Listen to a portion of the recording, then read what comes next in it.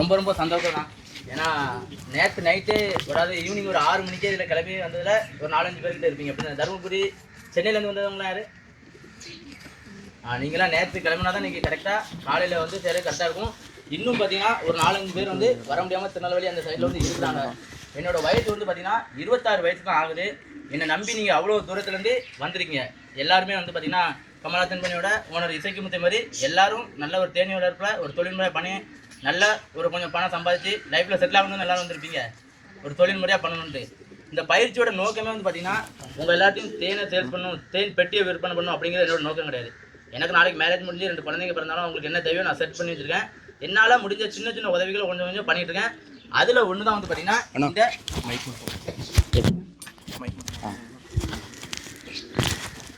இதே மட்டும்